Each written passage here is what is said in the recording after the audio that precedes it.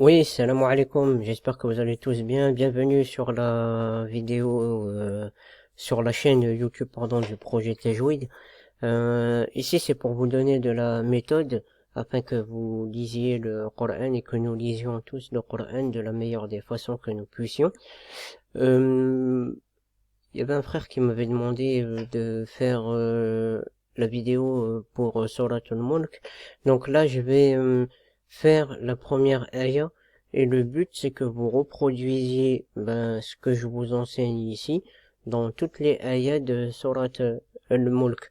Et si vous avez besoin d'aide ou quoi, n'hésitez pas à me demander. Par exemple, si une ayah que vous avez du mal à déchiffrer ou à lire, n'hésitez pas. Donc là, Surat al-Mulk, c'est une sourate mécoise que le prophète sallallahu alayhi wa sallam a recommandé de lire et d'apprendre. Il a donné plusieurs aspects qu'elle apportait. Donc on va se concentrer ici sur le premier verset. Donc, on prend le premier verset, on va prendre le premier mot et on va prendre la première lettre. D'accord? Donc ici on a déchiffré le ta avec la fatha, donc ta. Ensuite, on voit que le ba, il est suivi du petit alif, donc ça fait taba, avec la prolongation, la prolongation qui va bien, donc on dit taba. Ensuite, on a le ra avec la fatha, pareil, tabara. Ensuite, on a le kaf, tabaraka. Et ensuite, on se concentre sur le mot qui vient après. Donc on a ici on a le alif avec le lam avec la shidda. Donc on a Allah, Allah. Donc après, on a la lettre Z avec la kasra. Donc allazi, comme il y a le ya, on rajoute une petite prolongation. Donc ensuite, on va augmenter le niveau. C'est qu'au lieu de se concentrer sur une lettre, on va se concentrer sur un mot, on va se focaliser et on va déchiffrer. Ba avec la kasra, bi, ya avec la fatha, ya, dal avec la kasra, di, ha avec la kasra, hi. Donc bi, ya, di, hi. D'accord? Et après, on va se reconcentrer sur le mot qui suit. Alif, lam, sukun, mim, comment? Dhamma, lam, sukun, lam, dhamma, non, kaf, pardon. Je me suis trompé ici. Vous avez vu, faire attention, bien suivre la lettre. Vous voyez? Si on se concentre pas bien, qu'on n'arrive pas à bien isoler dans son cerveau, on va faire des mélanges.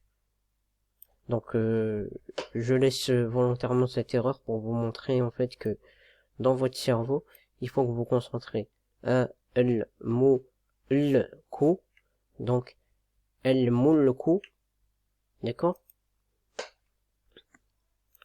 Après, on a le waw avec la fatha, wa, on a le ha avec la dhamma, on a le waw avec la fatha, wa hu wa, d'accord? Ici, on avait vu a, la, donc a, la. Donc pareil, on se concentre sur le mot là, on cache le reste. Ku, lam avec shidda et la kasra, kulli. Après on a ici shin, ya, et puis on a ici la hamza avec la... Donc on a le hamza. Ici on a le hamza avec les doubles kasra, donc shay'in. Et là, on va se concentrer sur le dernier mot, le qaf, le del avec le petit ya et le ra. Qadirun. Donc, qadirun. Donc, une fois qu'on a lu tous les mots, on répète la aya, on essaie de la lire. Comme ça, on avance tout doucement. Tabaraka alladhi biyadihi al-mulku wa huwa ala kulli shay'in qadirun.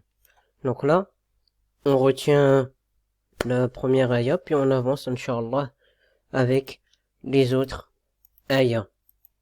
Donc, une fois qu'on a fait la première aya, on se concentre sur les autres. Alladhi khalaqa al-mauta wa al-hayata. Donc ici, le petit alif de prolongation du ya, ils l'ont fait transporter sur un waw. Ça arrive. Donc, il faut savoir déchiffrer. Wal hayata, c'est pas wal hayawata. Comme j'ai pu voir des débutants faire l'erreur. Le waw là, il ne se prononce pas. C'est juste le support du petit alif.